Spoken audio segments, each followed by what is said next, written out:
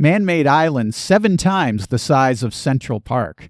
Tacos El Pastor, and why you'll need to leave extra room in your luggage for a tortilla press.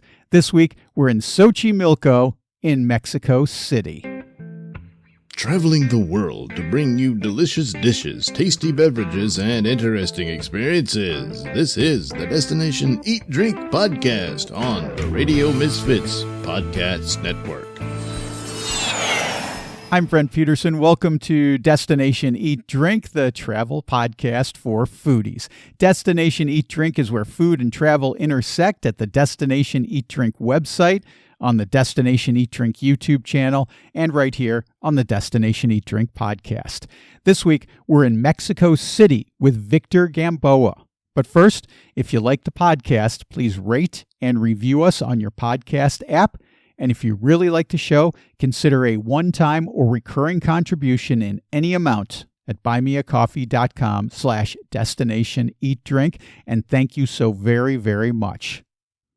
Victor Gamboa is a foodie tour guide for Culinary Backstreets. He's also an environmentalist who designed a tour of the fragile ecosystem of Xochimilco in the heart of Mexico City.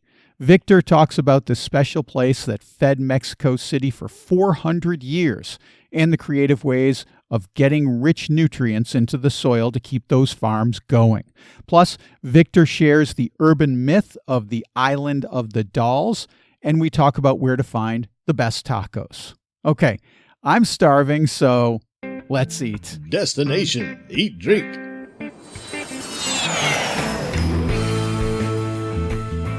Victor from Culinary Backstreets, I'm so excited to have you on Destination Eat Drink today to talk about Mexico City and Xochimilco. Thank you very much. It's a great, exciting chance to talk about that beautiful place. Yeah, it is a wonderful place. I've been there. I love it. But for folks who haven't been to Xochimilco in Mexico City, what can you tell them about that? What is it about it that makes it so beautiful and special? Well, first of all, it's unique. It's one of the few places in the world we have a waterland inside of a massive city with such a great space dedicated for agriculture or related to agriculture. But also it's a great experiment for humans trying to do good. You know, like since the beginning of the times, it's one of these landmarks in human life where we realize how to interact with nature, how to obtain benefits and results without affecting the environment. So the idea or the concept created in Xochimilco in the pre-Hispanic times around agriculture, reflects a great evolved system of thinking, but also a beautiful result, which is amazing. Now it has canals. It's a waterland. It's properly talking. It's a waterland. It's a quite shallow system that has been transformed during the last 400 years. But this is let's say the greatest way to understand the structures created by the pre-Hispanic cultures and what we call it chinampas, these agricultural units that create one of the most efficient systems for agriculture in the world. It's fascinating because when you say the word canals, I think the thing that leaps to most people's minds is maybe Amsterdam or Venice, but that's a completely different idea because those are, surrounded by stone buildings in an urban setting. This is much more rural and agricultural, even though, like you said, it's right in the middle of Mexico City. And what's fascinating is all of these agricultural plots that are almost like islands in the canals, and these were all man-made, right?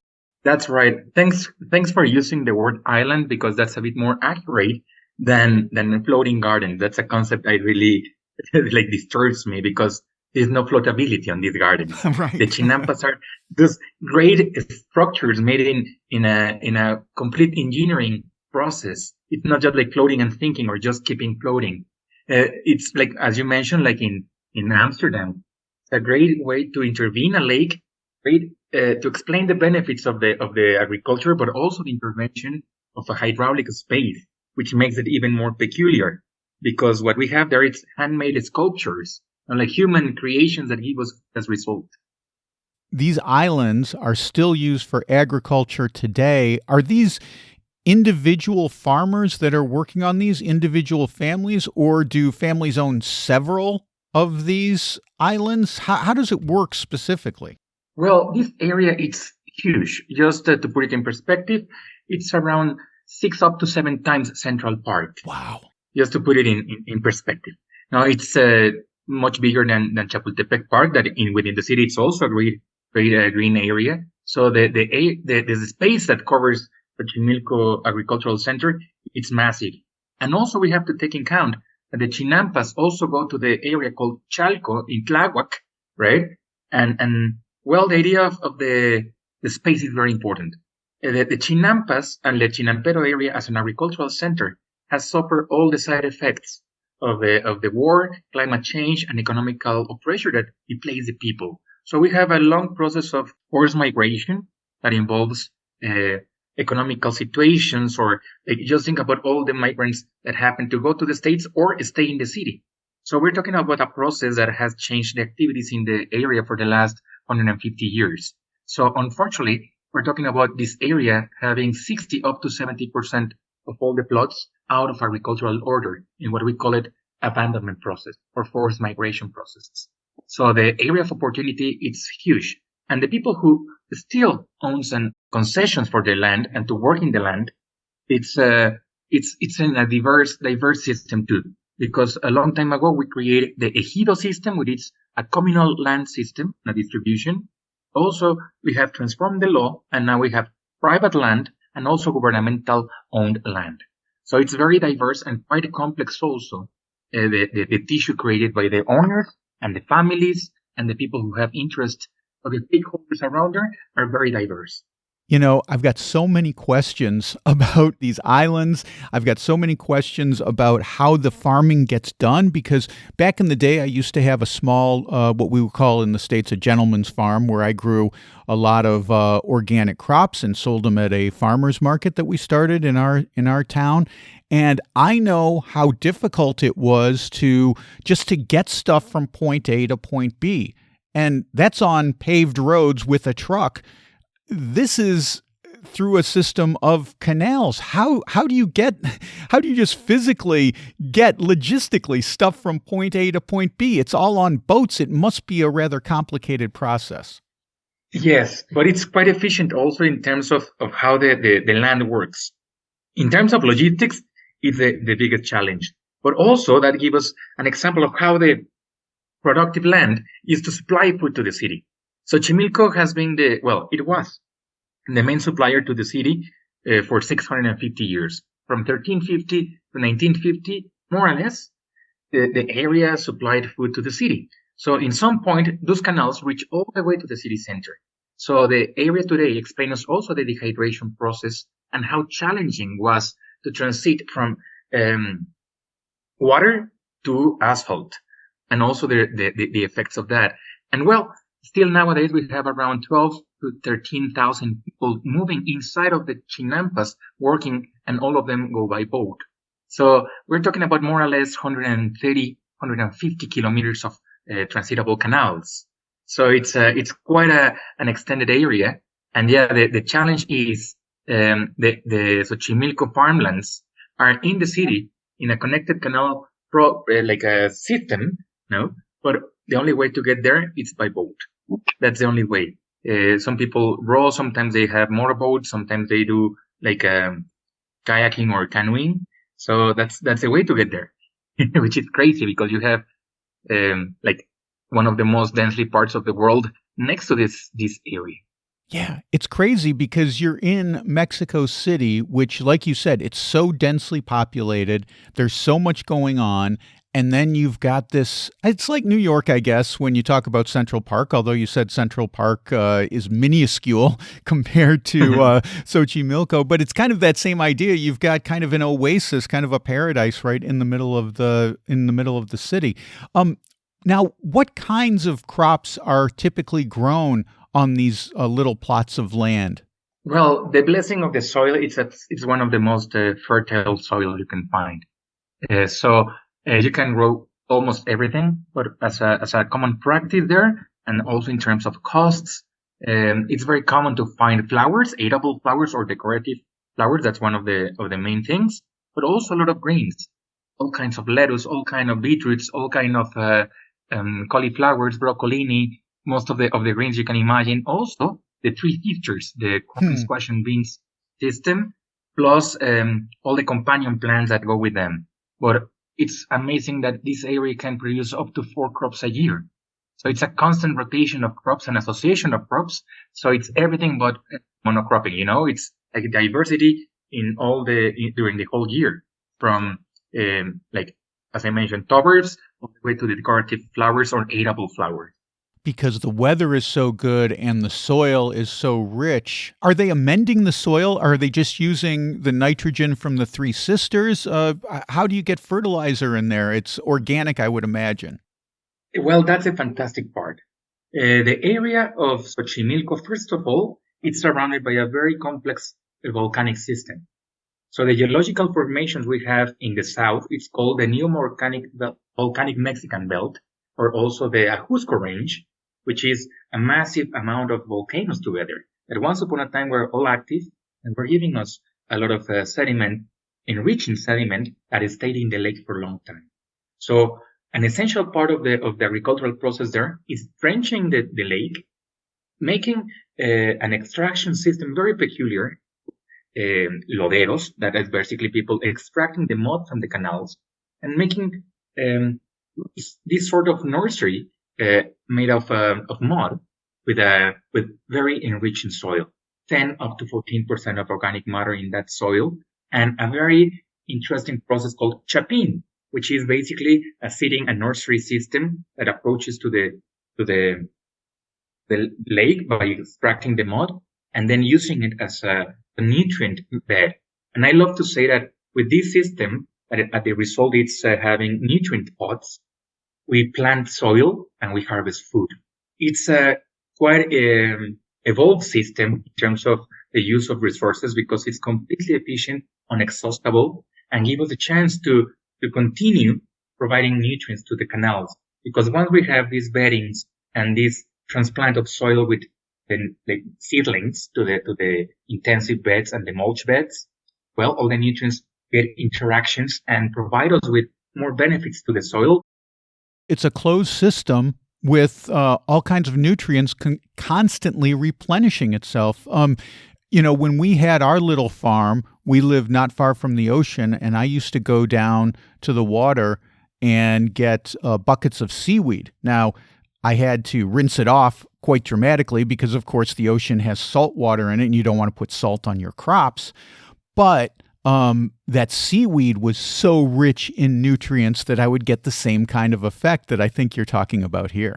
That's right. And imagine that seaweed and all the nutrients that it can be provided over a layer of volcanic results. That actually the Ajusco Range is 200 volcanoes, more or less, 100 and something. It's a crazy amount of volcanoes there.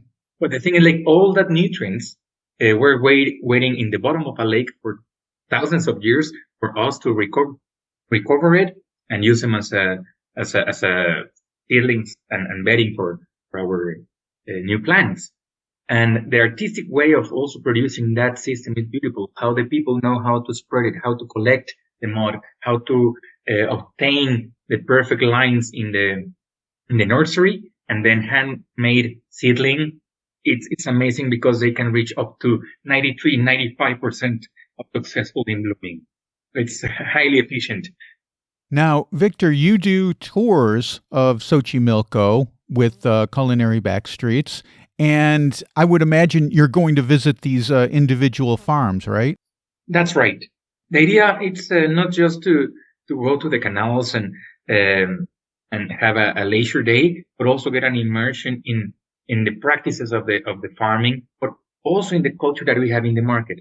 So that's a beautiful way to match everything. So Xochimilco Market is one of the few ones we have with a farmers market section and a lot of produce obtained from the land in Xochimilco goes to this market. So we can go to the market first and then visit the agricultural center. It's one of the greatest parts of it. So we do the market in the city center, then we cross the neighborhoods in the let's say we call it Los Barrios de Xochimilco, the neighborhoods next to the center, in between the center and the agricultural area.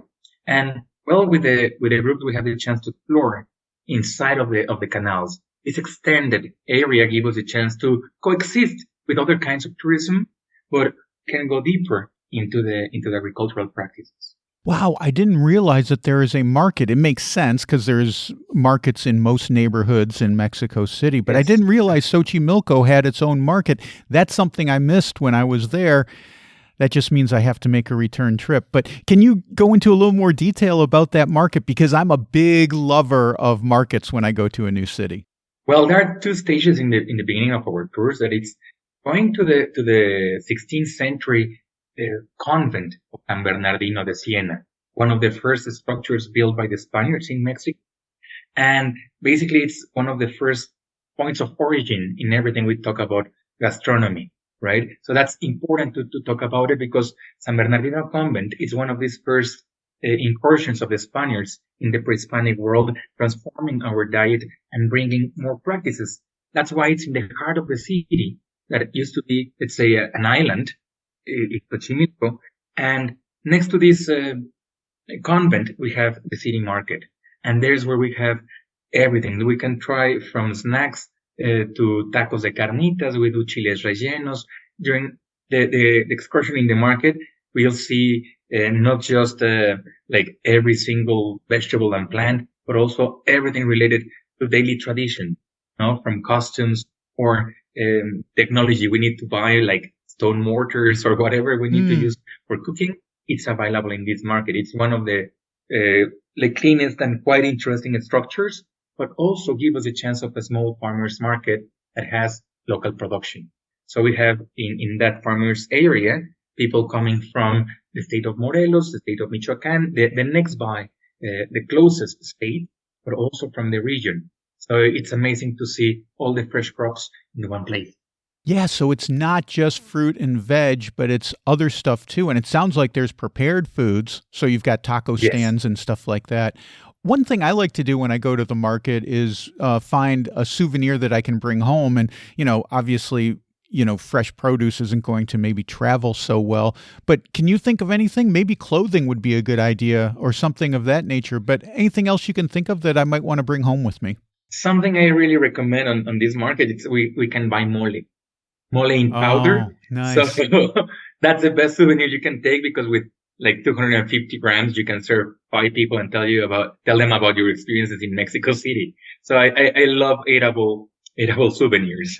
So that's one of them. And the other one that it's a common thing for the people to buy is tortilla presses. Oh, that markets are amazing to buy tortilla, like hand press, and also volcanic stone mortars. It's a bit heavy if you have space in your bag. I always recommend it to get one there. it's a great way to make guacamole if you get a nice big one. Yeah. And I'll tell you, I need a tortilla press because when we moved to Portugal, our tortilla press did not make the cut. Although the last time we were in the States, we did bring home a 4-pound bag of masa so that we can make tortillas at home. Unfortunately, I have to use a wooden pin to roll them out. I don't have a tortilla press here, so I think that'll be on my next trip. That's put it in the list. Keep some shoes off the bag and leave some space for your tortilla press because that's one of the souvenirs I always recommend to get. That's a great idea.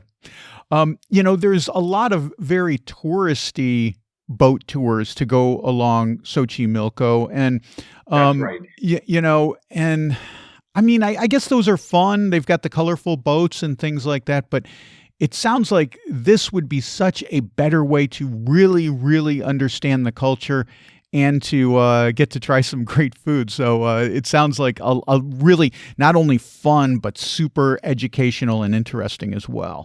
Yes, and something I love to say, it's we can coexist. And the idea is to share our practices and our view. And yeah, we're going to be in the same canal next to a colorful boat, but the idea is how to transmit a better message. How to create a new narrative around the place that has given us so much, from water, air, and food to amazing landscapes and beautiful amount of birds. But the idea it's like if you have the chance to go to Xochimilco, go Xochimilco, right? That's the most important thing. And the other part is like the best part of Xochimilco is what made it great, which is agriculture. In terms of the touristic boats, I mean, we are a good touristic boat. It's funny because now one of the greatest things of Xochimilco too is that it can show us how many variations and how many approaches of tourism we have in this area. We have kayakers, we have the party boats, we have our motorboat traveling all the way through the agricultural center. But it's an eye-opening experience. You know, like there's much more than just folklore in the canals. And the better way to use the time is to learn. It's to use it to understand what is it for. Now, the UNESCO protect area, it's about agriculture, not about partying. No, it's like closer to an archaeological site than a party center, you know? So, one thing I did want to ask you about, Victor, because one of the tools that I use when I go to a new city is this website called Atlas Obscura.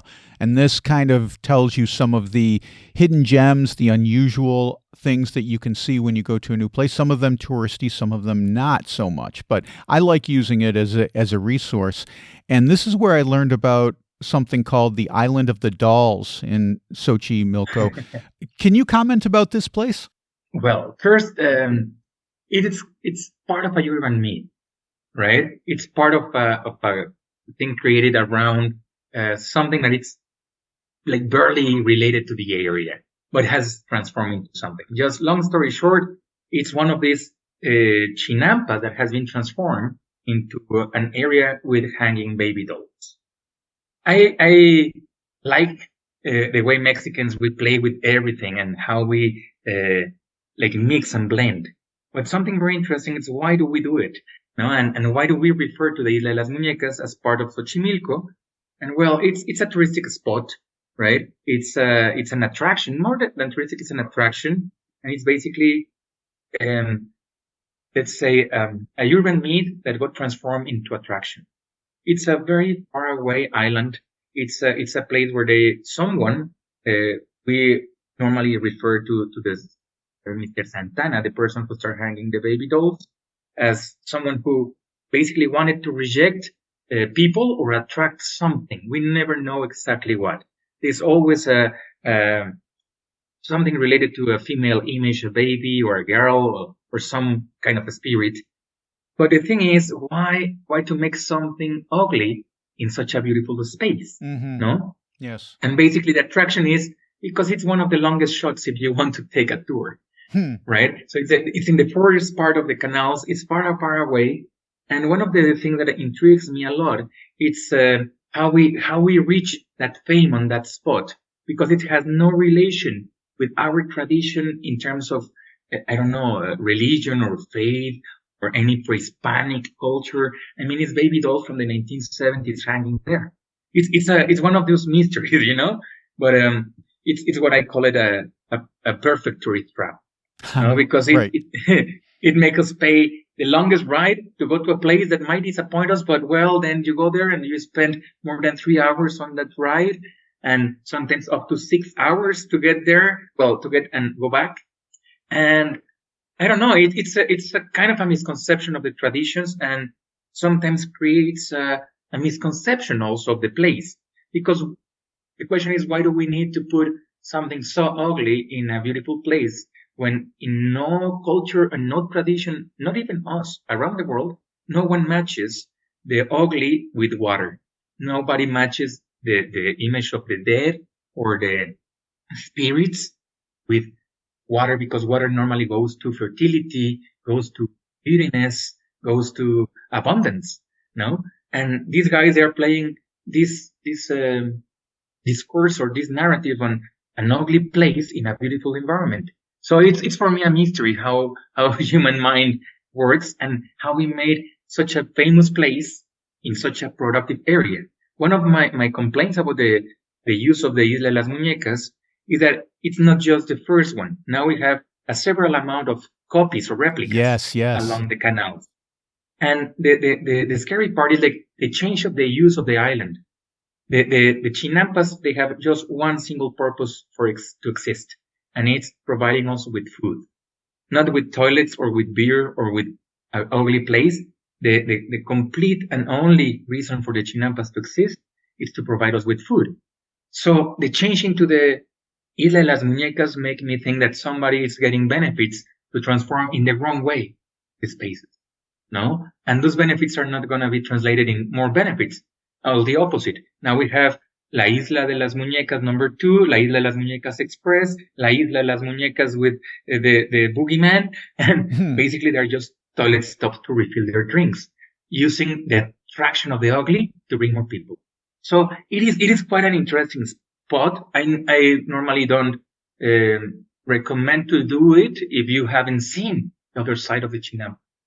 No, because if your main goal is to Xochimilco to cross the canals just to see hanging ugly baby dolls, well, it makes not much sense to me, but it makes sense to people. So sometimes when people eat into the creepy things, they go there. So let's leave Xochimilco for now and just talk about Mexico City in general. You live in Mexico City. You're from Mexico City, Victor. Born and raised. Born and raised. What are some of your favorite things to eat in Mexico City and some of your favorite places to go? Well, definitely I have to go for tacos al pastor. This is always on the top of my list because they're available. They are like my favorite place. It's just around the corner. And it's always like the comfort food. It comes to my mind at least 3 times a week. Oh, nice. So tacos al pastor are always a thing to recommend. And the other part, it's like the magic of exploring. Half of my life is scouting. So something I recommend to the people is to find their own little places. Don't try to follow the flow, but identify the indicators, let's say. If you're walking in a street and then you see a corner full of people, and you cannot see the taco maker and it smells good, stop there and try one taco. Follow your nose. That's it. Yes. And if you see that it's a police officer, a chef, and a firefighter, stop and try whatever they're eating. Because that's what that Mexico City offers, an endless source of happiness. Like everywhere you go, in every neighborhood, we have fantastic tacos. Or fantastic soups, so the idea of exploring the city, that's one of the greatest things. It's not just about going to one area or just to one place. It's wherever you are in the city, you have chances to have amazing fresh fruit. That's one of my big loves too. Seasonal fruit. No? So if you're walking in these hot spring days and then you find a mango stand, eat it. If you find watermelon, eat it. And if you have chili spout and that snacky thing we have on the streets, it's always fresh. It's always good. So that's also one of my favorite things to do is to buy fruit whenever I feel like having fruit. There's a fruit stand with fresh mangoes or rock melon or papaya and always chili powder. You know, I'm kind of obsessed with truffles. In fact, so much so that I wrote a book about truffles. Oh my. When I was in Mexico City, for the first time, I had something called huitlacoche, which is also a fungus like truffles. It doesn't grow underground. Right. Huitlacoche grows in corn as a fungus. And in the United States, it was called corn smut by the farmers in places like Texas, where they grew it, right. And they would burn the fields if they found this fungus. Now it's become this gourmet item, and I've had huitlacoche in Texas, but first time I had it ever was in Mexico City on some eggs, and it was divine and earthy and delicious and reminded me of truffles. What's your opinion on huitlacoche? Because I know it can be kind of a divisive taste for some people. Well, I love it. I love it big time. I think also it's not just about having the huitlacoche, but a lot of epazote. That's essential. If you're cooking with huitlacoche, you need the epazote herb, which is a very intense, perfumey herb. And the huitlacoche itself, it's such a how can I say, like adaptable ingredient. Now you can make it in paste, you can make it in soups, you can make it in sauces, but the most common way it's in quesadillas, for instance, just pan fried. And one of the biggest arguments, I mean, apart from the taste, it's in terms of when to eat it and how to produce it. The huitlacoche is a great ingredient full of antioxidants and benefits for the health, but especially in the rainy season. So May, June is when we have the best huitlacoche beginning, but now you can find it not just related to the rainy season, but also people who like now to inoculate the huitlacoche to have it all year around. Oh, And that's okay. one of the biggest arguments now. Should we wait for the season, or it's better to keep a production that constantly works with huitlacoche around the year? And that's one of the biggest changes in flavor. No, if you eat it in January, the huitlacoche is going to be one thing. But once you're in the deep, high humid season, June, July, August, the huitlacoche is a completely different experience, and it's much better. I'm a big fan of eating cacahuacintle corn in the rainy season and huitlacoche during that season. Delicious. Yeah, it's kind of the same question with truffles. Like it has become a domesticated crop now since we figured out how Mm-hmm. to inoculate trees with truffle spores and grow them on a commercial level. Or do you want to have the guys who go out into the forest with their dogs and dig them up in nature? So I think that's kind of the same argument that's going on with huitlacoche. Well, at the end, it's also a matter of the market. Now the prices of huitlacoche per kilo are much higher than the production of corn per kilo. So it's also this disjunctive they have in the farming fields, because they don't know. Sometimes they want to produce corn, but they rather to produce huitlacoche, and it's a matter of cost and prices. Sure. But definitely it's a great ingredient, and I'm so glad you call it a truffle and not smut. No, I think corn smut is kind of a nasty thing to call it. And I think that's, because farmers didn't like it back in the day. But like I said, I love it. And it was with reason. It's a disease. Technically, it's like we are eating a corn disease happily. Right. So, Victor, you work really hard taking people out to go see Xochimilco and around Mexico City. But let's say you have a rare day off. Can you share with our audience a place that you like to go that you can recommend to them to eat or to drink in Mexico City? First, I always ask what people like, because I am an omnivorous. So I eat everything. And sometimes, for instance, tongue tacos, no, veal tongue. Oh, One of my favorite things to eat in any presentation. One of my favorite ones is at El Cardenal in Chester, which is one of my favorite places, right? I also really enjoy the new expressions of Mexican cuisine. Like all those new, like chefs who are taking the tradition and challenging themselves to preserve the flavor, but in the same time bring something else. So there's like always a new restaurant to try.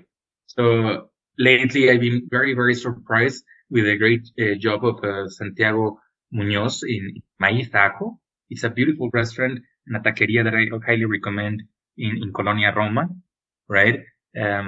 What else I really like?